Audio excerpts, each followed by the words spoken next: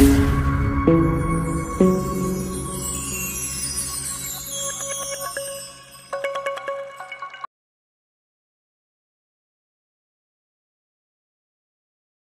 सभी को सादर प्रणाम।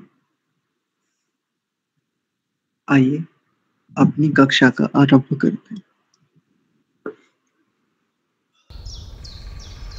परमपिता परमात्मा की महती अनुकंपा से हम सभी को एक उत्तम ग्रंथ पढ़ने का सौभाग्य प्राप्त हो रहा है।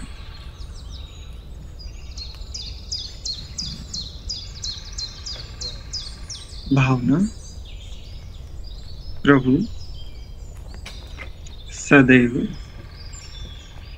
हमारे लिए अनेकों प्रकार से विघ्न, बाधाएं, प्रतिकूलताएं आदि उपस्थित कर हमें सदैव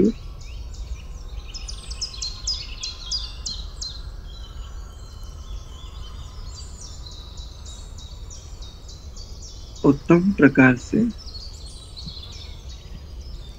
स्वस्थ होने के लिए सदैव प्रेरित करते हैं।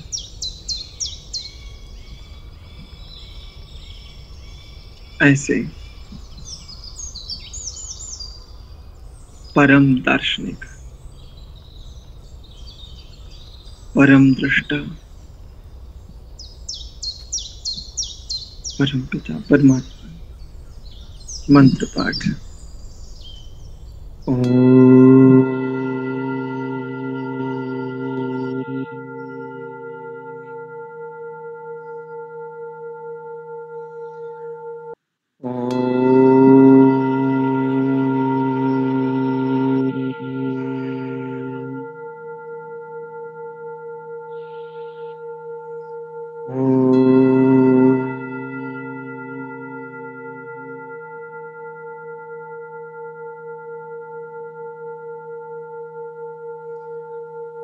ओम सहना भवतु सहनौ भुनक्तु सह वीर्यं करवावहै तेजस्विनावधीतमस्तु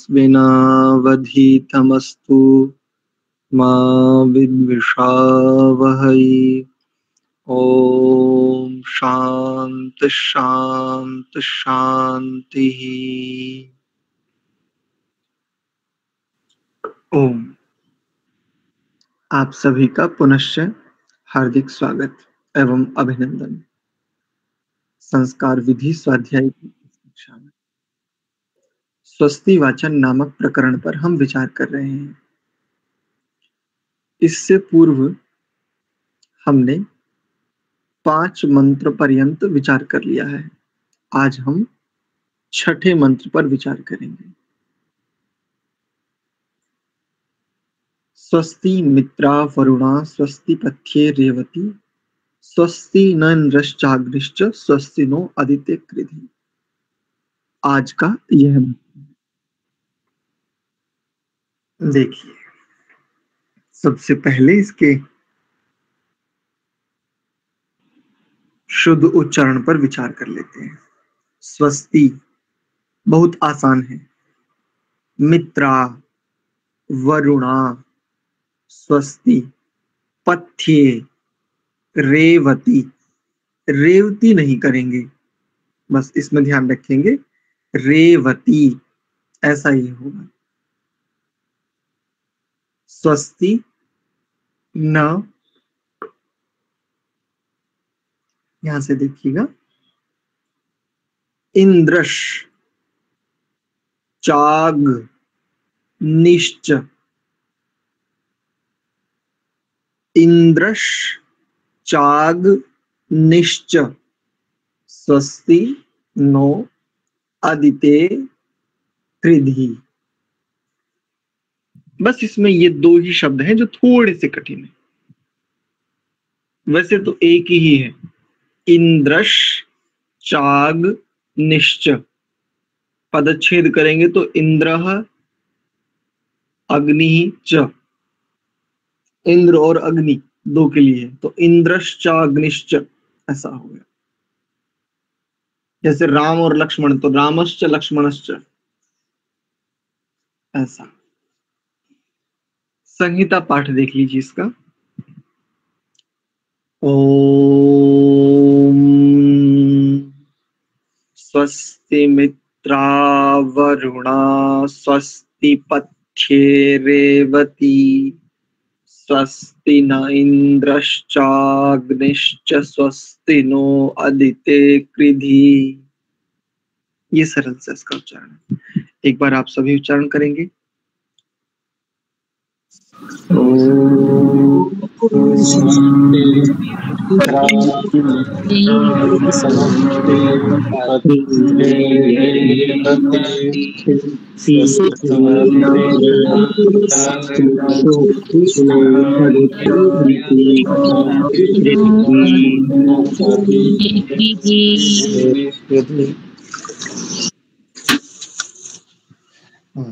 बहुत बढ़िया। अब देखिए इसके अर्थ पर, इसके भाष्य पर विचार कर लेते हैं थोड़ा सा। यह मंत्र हमें क्या संदेश देता है? स्वस्ति कल्याणकारी हो, मित्रा वरुणा जैसे राम रामौ, तो द्वितीय प्रथमा विभक्ति के जब द्विवचन को देखेंगे तो राम ऐसा होगा। यहां पर भी ऐसे ही है, कुछ कारणों से वरुणा ऐसा हो गया।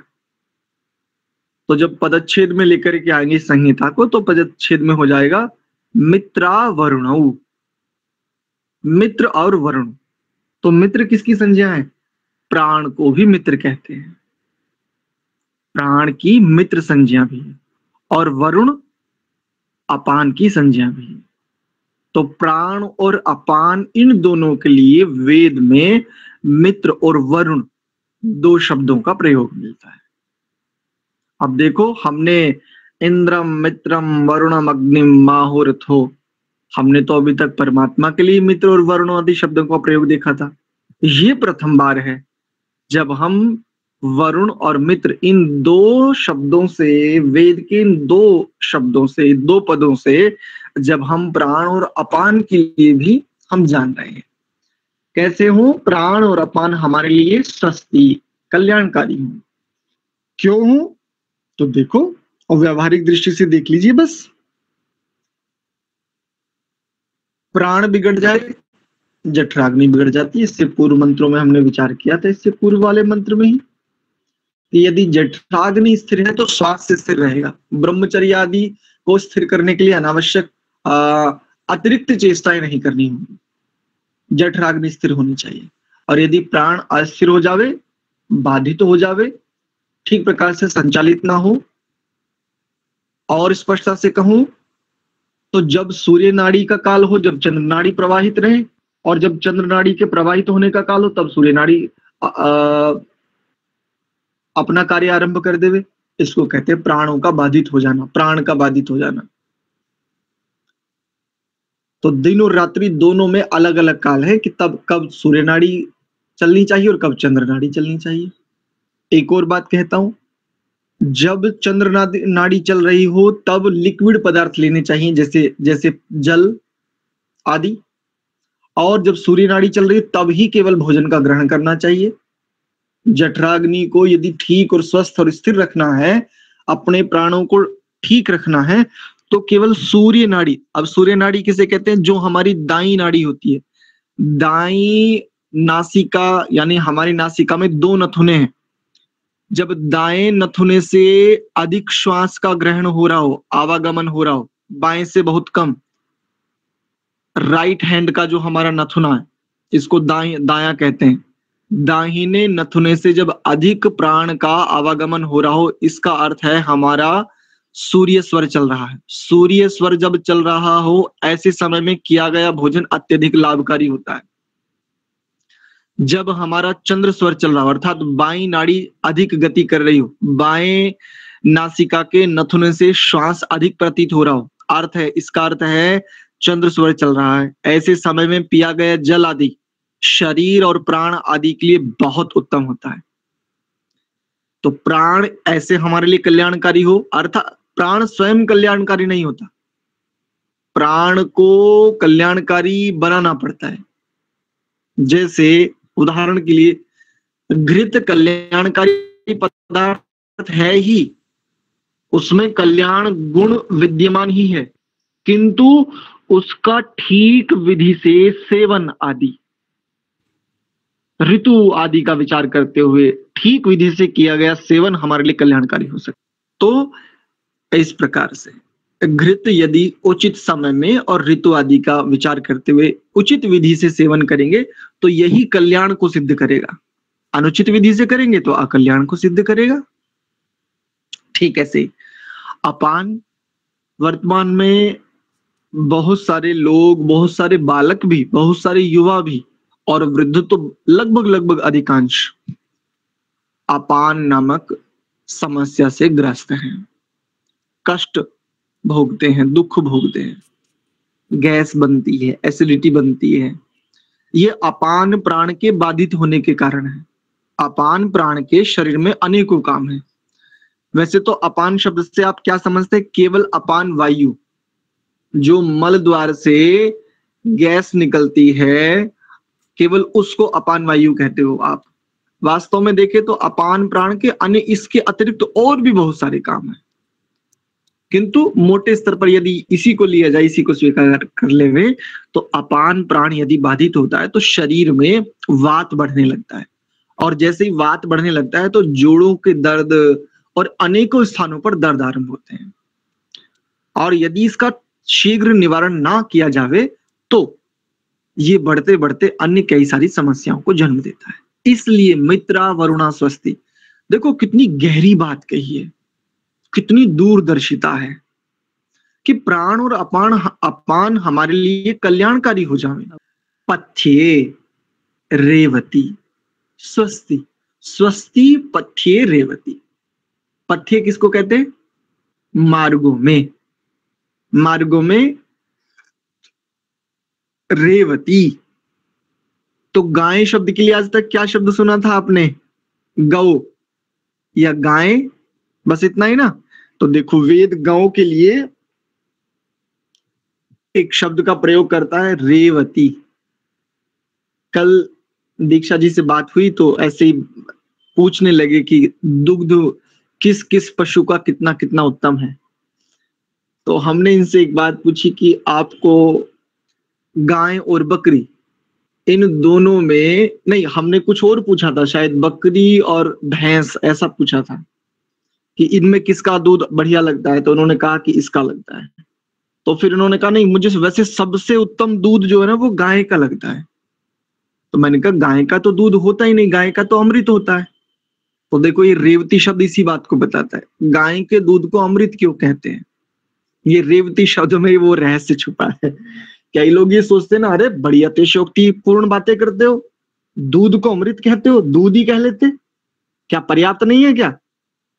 तो भैया अतिशयोक्ति नहीं है, ये वेद की बात है, और वेद की बात सर्वज्ञ का विचार है, और सर्वज्ञ के विचार में बहुत दूरदर्शिता होती है, बहुत गंभीरता होती है, बहुत रहस्य होता है। अब तुम नहीं समझ पा रहे हो इसलिए ऐसा कह रहे हो। रेवती, ऐश्वर्यों से पूर्ण गौएं, अनेकों प्रकार के गुणों से युक्त गौएं, गौएं कह सकते हो आप। पथ्ये, मार्गों पर, मार्गों में निष्कंटक विचरने वाली। अब ये ध्यान रख लीजिए कि जो भारत में उत्पन्न, भारत के वातावरण में उत्पन्न जो गाय नामक प्राणी है, यह कब रेवती बनता है? आप उसे खूंटे से बांध के रखेंगे तब उसमें रेवती वाली संज्ञा नहीं आएगी। इसके लिए क्या कहा? निष्कंटक विचरने वाली, अर्थात गमन करने वाली, प्रतिदिन गतिशील है, जो अपने भोजन, अपने आहार को स्वयं ग्रहण करती है, जो अर्थात चराने, ये जो चराने वाली जो परंपरा है। भगवान कृष्ण को गोपाल कहते हैं, गोपाल नाम से जानते हैं। आजकल तो गोपाल का स्वरूप ही बदल गया। गाय को पालन, रक्षण, संवर्धन इन 3 क्रियाओं को करने वाले को गोपाल कहते हैं। और ये गोपाल और गोपालों में पहले संज्ञाएं होती थी नंद, तो नंद उपाधि से उसको विभूषित किया जाता था, जिसके यहाँ उसकी अपनी गौएं ही 1.25 लाख से अधिक हो। 1.25 लाख से अधिक गौएं जिसके एक कुल में पलती हूं, उसको नंद नामक उपाधि से विभूषित किया जाता था। तो ये जो नंद के लाला यानी भगवान कृष्ण जिनके यहाँ पले बढ़े, तो वो नंद उनका नाम था इसलिए नहीं, वह नंद उनकी संज्ञा थी, वह नंद उनकी उपाधि थी। जैसे वर्तमान में कोई बच्चा स्नातक हो जावे तो उसके उपरांत उसकी स्नातक उपाधि हो जाती है, ऐसे ही।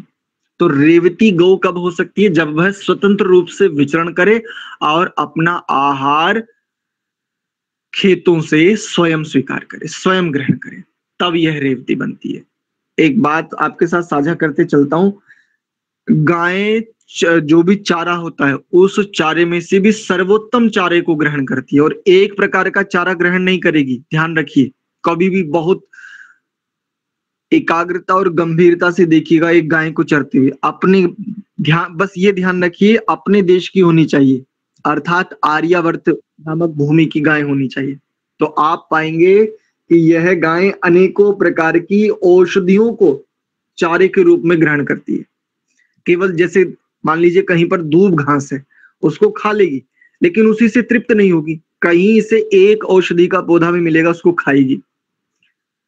ऐसी होती है, और ये परमात्मा ने ही इसको ऐसा बनाया है। तो रेवती इसलिए गाय को कहा। तो ऐसी रेवती गायें हमारे लिए कल्याणकारी हों। इंद्रश्च अग्निश्च, सूर्य और अग्नि रूप विद्युत, सूर्य और अग्नि रूप विद्युत स्वस्ति हमारे लिए कल्याणकारी है।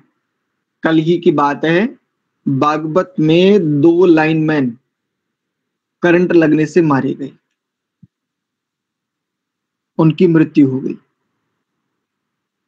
छोटी सी लापरवाही, बहुत छोटी सी, और 2 व्यक्ति अपना जीवन गंवा बैठे। सूर्य और विद्युत, विद्युत को अग्नि रूप कहा जाता है, अर्थात अग्नि ही है विद्युत। विद्युत को यदि कहें तो विद्युत अग्नि का ही एक, उसको कहेंगे रूपांतरित स्वरूप है। मॉडिफिकेशन करके जो एक नई वस्तु का निर्माण होता है, बस ऐसा ही है। और ये विद्युत आज का नहीं है। बताते हैं कि भाई बिजली को, इलेक्ट्रिसिटी को किसने खोजा? तो इसने खोजा ना, ये गलत बात है, इसने नहीं खोजा। आप कहोगे महर्षि अगस्त ने खोजा था, ये भी आप सीमित ही विचार कर पा रहे हो।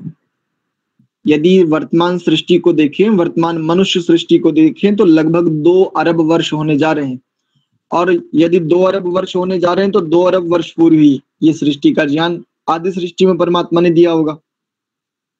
तो इलेक्ट्रिसिटी को परमात्मा ने लगभग 2 अरब वर्ष पूर्व ही इस सृष्टि में बता दिया था। आप कहते हो इसने खोजा या उसने खोजा? नहीं, हमारे प्राचीन, हमारे आदि ऋषियों से और आद्य पर्यंत ये परंपरा चली आती है। वो तो कालखंड में अनेकों सभ्यताएं, अनेकों संस्कृतियां, अनेकों मत आदि आए और वो एक के बाद एक खंडित विखंडित होते चले गए। वो कालखंड में बहुत सारा कुछ दबता है और बहुत सारा कुछ उभर करके आता है। तो सूर्य और अग्नि रूप जो विद्युत है, ये हमारे लिए कैसे हों? कल्याणकारी है। इस पर भी हमने बहुत अच्छे से विचार किया था कि सूर्य हमारे लिए कल्याणकारी कैसे हो सकता है। सूर्य से यूं कहें जो किरणें पृथ्वी पर आती हैं, यदि उन किरणों को ओजोन परत से छन करके, ओजोन परत से फिल्टर होकर के यदि वो ना पाए तो हानिकारक हो सकती है। सूर्य से कई पराबैंगनी किरणें भी यदि डायरेक्ट आ जाएं तो वो बहुत रोगकारी होती हैं और बहुत अधिक अग्नि को बढ़ाने वाली होती है, जिसको आप तापमान बढ़ना कहते हो। तापमान बढ़ने में बहुत सारे रोगों का और बहुत सारी समस्याओं का कारण होता है। पृथ्वी पर से अनेकों औषधियां स्वतः समाप्त होने लगती हैं। एक एक कर प्राणियों के जीवन में रोग बढ़ने लगते हैं इत्यादि। तो ये हमारे लिए कल्याणकारी हो, अर्थात ओजोन परत सुरक्षित रहे। ओजोन परत को, जिसको आप ओजोन लेयर भी कहते हो, जिससे छन करके सूर्य की किरणें पृथ्वी पर आती हैं। जब ये किरणें पृथ्वी पर ओजोन से छन करके आती हैं, तब ये कल्याणकारी ही होती हैं। और ओजोन परत सुरक्षित रहे, इसके लिए दो कार्य हमें वेद ने बताए, वेदों के उपरांत ऋषियों ने बताया, ऋषियों के उपरांत अनेकों वैज्ञानिकों ने अनुसंधान कर बताए, और हम स्वयं भी अनेकों बार अपने अपने जीवन में कहीं ना कहीं सूक्ष्म और कहीं ना कहीं बृहद और कहीं ना कहीं मध्यम स्तर पर अनुसंधान करके ये प्रत्यक्ष भी कर चुके हैं कि हाँ ऐसा है। तो वो दो प्रकार हैं, एक तो अग्निहोत्र, जिसको बड़े बड़े याग शब्द से भी कहते हैं, अग्निष्टोम आदि एक, और दूसरा है वृक्ष, पंचवटी। जो एक शब्द सुनते हैं आप, पंचवटी के पीछे एक बहुत बड़ी सुदीर्घ योजना है, या यूं कहें कि बहुत दूरदर्शिता है।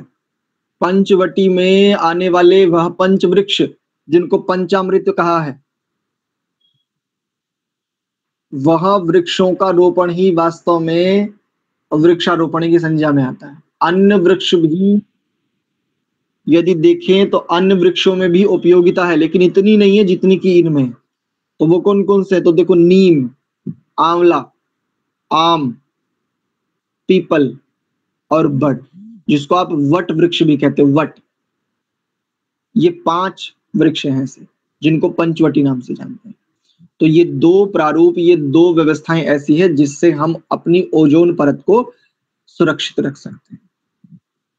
तापमान बढ़ेगा, प्रदूषण बढ़ेगा, ओजोन परत में छिद्र होता जाएगा, और छिद्र यदि एक बार हो गया तो ये बढ़ता जाता है, रुकता नहीं है।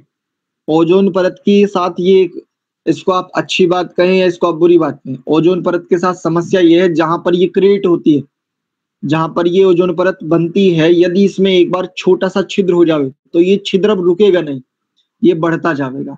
या तो इस छिद्र को फिलअप कर लिया जाए, या तो इस छिद्र को बंद कर दिया जाए और निर्माण करके, अन्यथा यह बढ़ता जाएगा, और जितना छिद्र बढ़ता जाएगा उतना ही हानिकारक होगा। और अंत में देखो, एक ही मंत्र में कितनी सारी बात है। अदिते स्वस्ति नः कृधि, अदिते, तो पृथ्वी के लिए अदिति शब्द हमने पीछे देखा था, तो यहां पर संबोधन अर्थ में कि हे अदिते, जैसे हम कहते हैं हे माते, ऐसे ही अदिते स्वस्ति नः, हम सब के लिए, स्वस्ति को कृधि, कृधि निवेदन अर्थ में अथवा आज्य अर्थ में, दोनों अर्थों में लेते हैं कि हे अदिति, हमारे लिए कल्याण को कर, कल्याण को प्रदान कर। अब जो अदिति है, अदिति जड़ वस्तु है, इससे प्रार्थना करने का कोई तात्पर्य नहीं, लेकिन संबोधन अर्थ में तो है, और इसको आज्ञा देने का भी कोई अर्थ नहीं है। वस्तुतः यहाँ पर संदेश यही है कि जैसी जिस परंपरा में जिस प्रकार की शुद्ध पृथ्वी हमें मिली, हम यदि उससे उसको और अधिक अच्छे स्थिति में ना ले जा सकें, तो उससे निकृष्ट स्थिति में तो ना ले जाए। हमने इस पर भी गंभीरता से विचार किया था। जैसे वर्तमान में अनेकों अनावश्यक रासायनिक खाद, अनेकों प्रकार के पेस्टिसाइड्स और बहुत कुछ अनावश्यक रूप से प्रयोग किया जा रहा है। यूरिया आवश्यकता ही नहीं है, यूरिया यूजलेस वस्तु है, यानी मतलब इसका कोई उपयोग ही नहीं, इसकी कोई भूमिका नहीं है। बस मेंटेलिटी सेट हो गई, और उस मेंटेलिटी ने हमारी भूमियों में होने वाले केंचुए, अनेकों प्रकार के ऐसे जीव जो किसान के मित्र कहें, आगे मंत्रों में आएंगे, वहां पर हम देखेंगे, विचार करें किसान के लिए फसल का सबसे बड़ा मित्र कौन होता है, तो वहां पर हम विचार भी करेंगे। किंतु संक्षेप में यहाँ कथन कर रहे हैं, ऐसे देवों को हमने नष्ट कर दिया यूरिया आदि डाल करके, ये नष्ट हो जाते हैं। यूरिया जब भूमि में डाला जाता है तो सबसे पहले उन जीवों की त्वचाओं में घाव बनाता है, और घाव बनने के बाद वो कोढ़ जैसा बनता है, इस प्रकार से उनकी मृत्यु होती है। तो किसानों, विचार करो। मैं अपने पिताजी को बार बार कहता था, पिताजी यूरिया मत डालो, चाहे जितना चाहे खाद का प्रयोग कर लो। तो पिताजी नहीं मानते थे। वो कहते थे बेटा तुझे अभी पता नहीं है, अभी तू बच्चा है। मैंने कहा पिताजी ये ठीक नहीं है। बोले कोई बात नहीं, चल तू अपना दूसरा काम कर ले, ऐसा बोलते थे। तो कभी घुमा करके यदि पिताजी से पूछते थे, पिताजी अच्छा ये बताओ ये यूरिया कितने दिन पहले आया, तो बताते थे नहीं बस इतना, जो नेहरू प्रधानमंत्री था तो उसके आसपास की बात है, तब बताते हैं हमारे पिताजी की तब आया था। उससे पहले, बोले बेटा उससे पहले तो बस यही नीम के, गाय के गोबर के, और ये गोबर वगैरह जो होता था इनके खाद होते थे बस। गाय का खाद हो गया, घोड़े आदि पलते थे तो उनके जो भी कुछ ये होता था ये सब मिल करके, घरों में नीम लगे होते तो ये सारा कई सारे मिल करके और इसको एक स्थान पर एकत्रित कर लिया जाता था। लगभग 1.5 पौने 2 वर्ष में ये अपने आप तैयार होता था, हम कुछ नहीं करते इस प्रकार से। लेकिन वो स्वीकार नहीं करते थे। तो पृथ्वी हमारे लिए कब कल्याणकारी होगी? जब हम उसे कल्याण करने वाली छोड़ेंगे। यदि हम छोड़ेंगे ही नहीं तो समस्या होगी।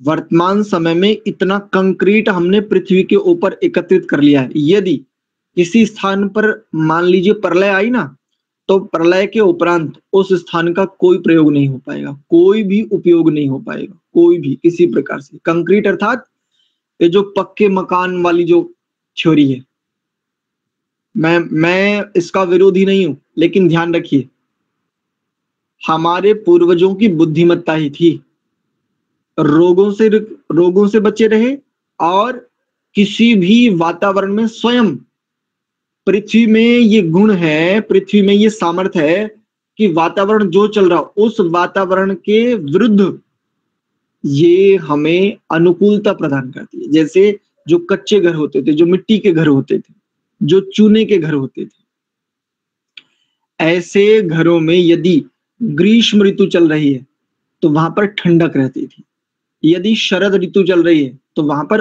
उष्णता मिलती थी, इत्यादि। तो ये पृथ्वी हमारे लिए कल्याणकारी हो जावे। इतनी सारी वस्तुओं पर, इतने सारे पदार्थों पर एक मंत्र बात करता है। मित्र और वरुण अर्थात प्राण और अपान, रेवती अर्थात गायें, ये जो गौ धन है, ये सब, इसको रेवती ये कब हो जाएगा? तो जब ये निष्कंटक विचरने वाला होगा, ये तब हो जाएगा रेवती। और इंद्र और अग्नि, सूर्य और विद्युत, और अंत में कहा पृथ्वी। ये इतने पदार्थ हमारे लिए यदि कल्याणकारक हो जाएंगे तब हमारा जीवन सुखी ना हो, ऐसा हो ही नहीं सकता, ये असंभव ही है। और इन्हीं के बाधित होने से हमारे जीवन में दुख आदि कष्ट विद्यमान रहते हैं। ठीक है, भावार्थ देख लीजिए।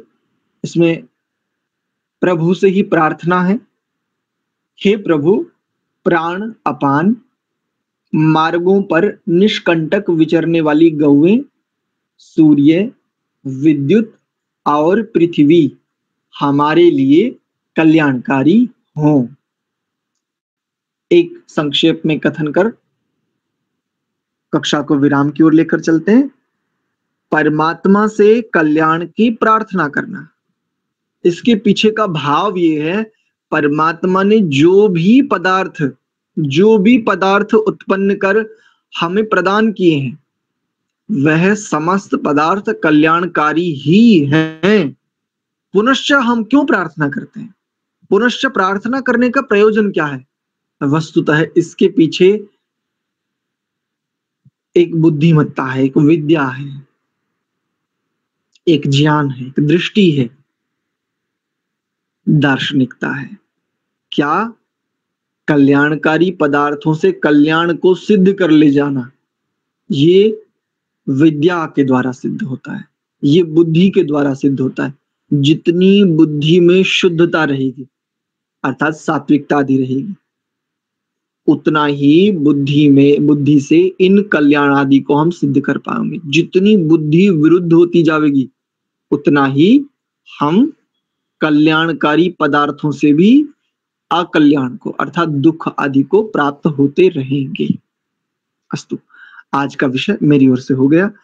आपको यदि इससे संबंधित कोई प्रश्न आदि हैं तो आप पूछ सकते हैं, अपने हाथ उठाएं। रवि जी। आचार्य जी, जी ये मित्रा वरुणा से पान अपानी लेना चाहिए ना, तो सीधा सीधा अर्थ वरुण को लेना चाहिए। ये वरुण शब्द, हाँ वही तो बताया था, म्यूट कर लो। वरुण शब्द से जहां पर व्रीय वर्ण, इस धातु से वरुण शब्द सिद्ध होता है वर्ण अर्थ में। अब वर्ण अर्थ में कौन कौन होता है? तो जिसका वर्ण किया जावे। अब किसका वर्ण किया जावे? तो वर्ण करने का तात्पर्य यह होता है कि जिसके वर्ण करने से जीवन उत्तम रीति से चलता रहे। तो देखो, परमात्मा का वर्ण करने के लिए प्राण तो चाहिए ना पहले। अब प्राण ही नहीं बचे तो परमात्मा का वर्ण कैसे होगा? यदि प्राण ही नहीं बचे और जीवन यदि कहें कि चेतना अभी अपवर्ग को सिद्ध नहीं कर पाई, श्रेयस तक अभी यात्रा उसकी हुई नहीं है तय, तो उससे पूर्व प्राण तो चाहिए ना।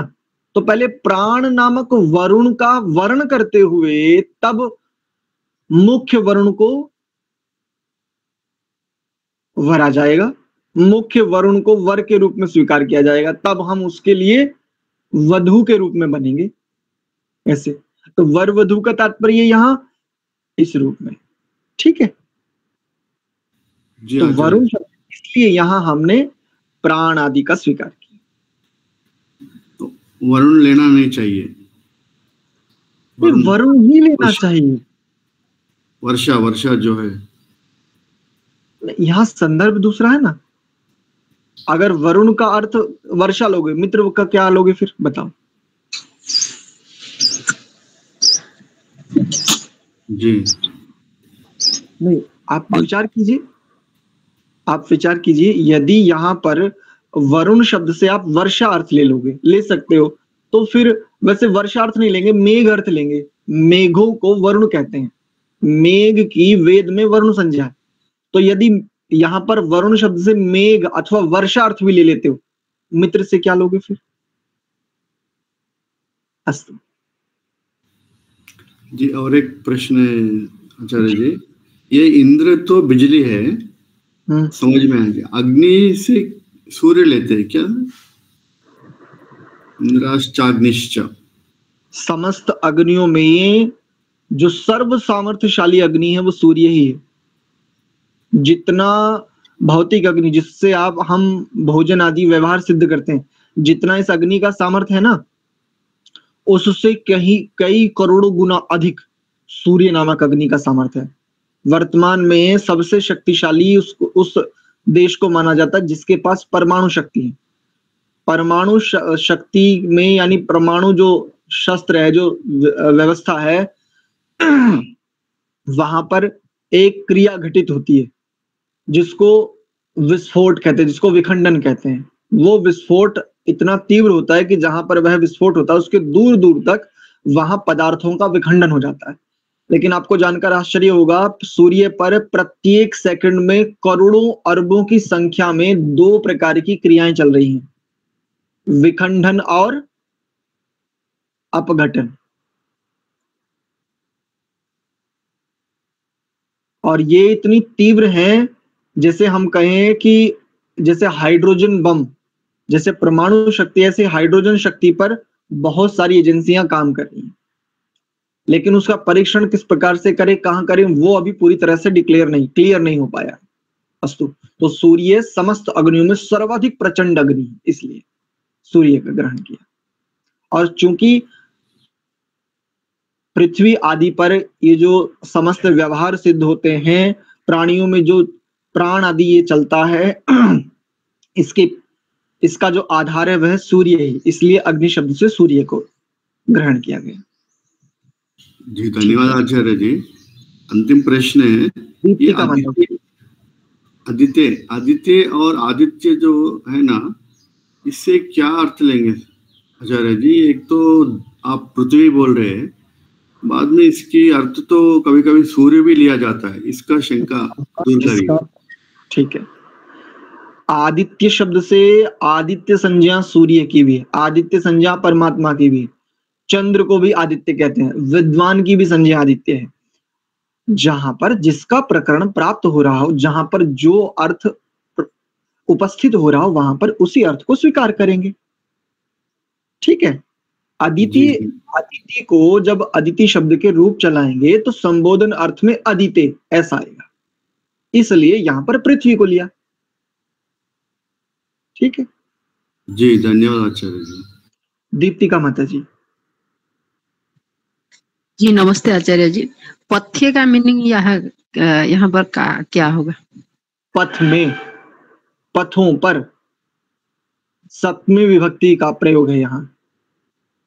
में पर, पथ कहते हैं रास्ते को, मार्ग को,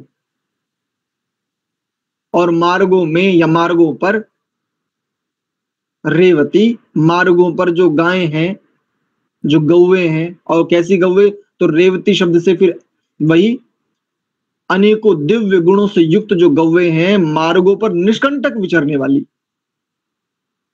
तब ये रेवती हो जाती है। ठीक है माता जी?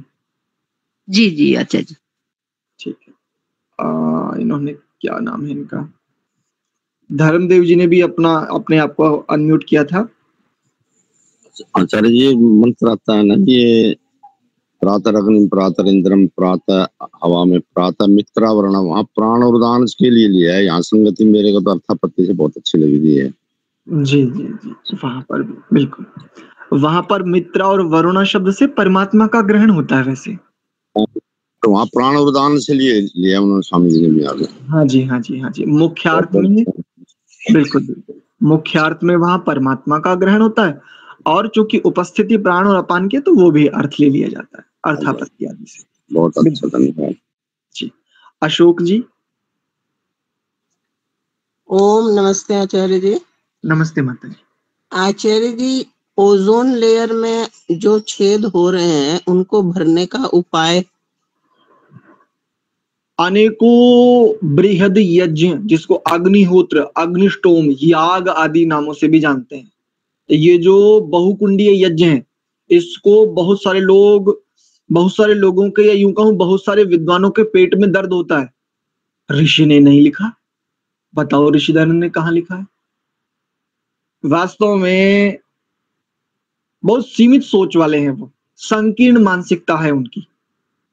यदि बहुकुंडीय यज्ञों के पीछे केवल मात्र ऐषणा या लोक, उसमें केवल लोक प्रसिद्धि है, उसके पीछे मुख्य प्रयोजन जो यज्ञ का वह नहीं है, तो उसमें थोड़ा सा गलत भी है।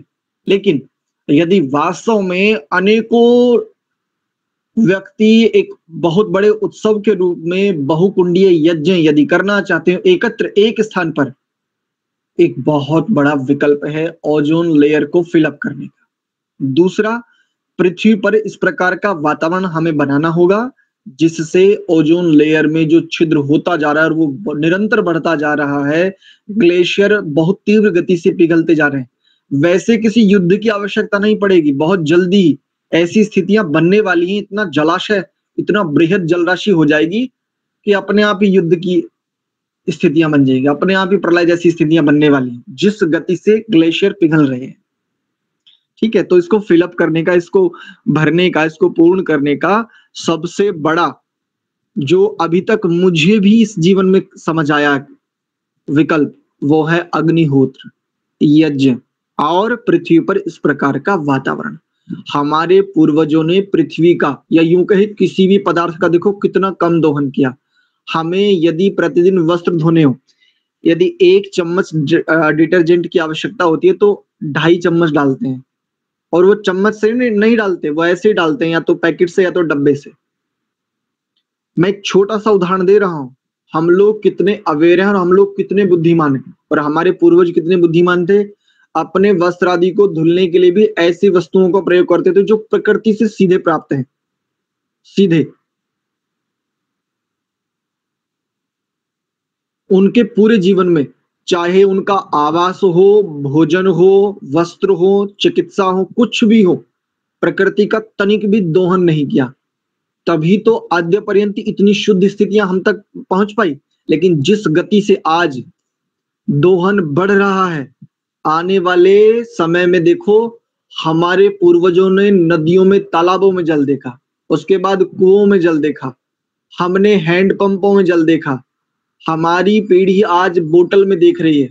विचार करो आगे वाली पीढ़ी कहाँ जल देखेगी।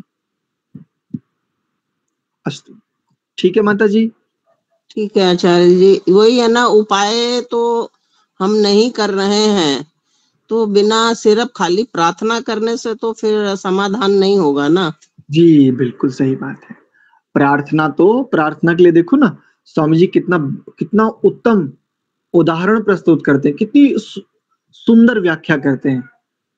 पूर्ण पुरुषार्थ के उपरांत सहायकारी मनुष्य, राजा अथवा ईश्वर आदि से सहायक चाहना।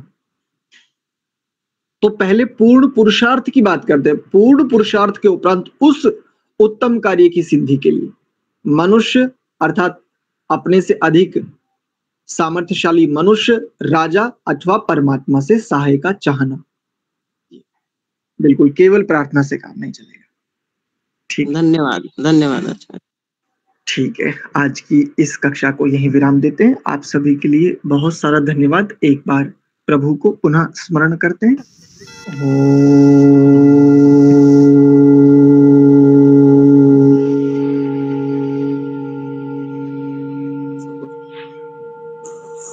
शांत शांत शांति। आप सभी को पुनश्च बहुत बहुत धन्यवाद। सादर सर्वेभ्यो नमः।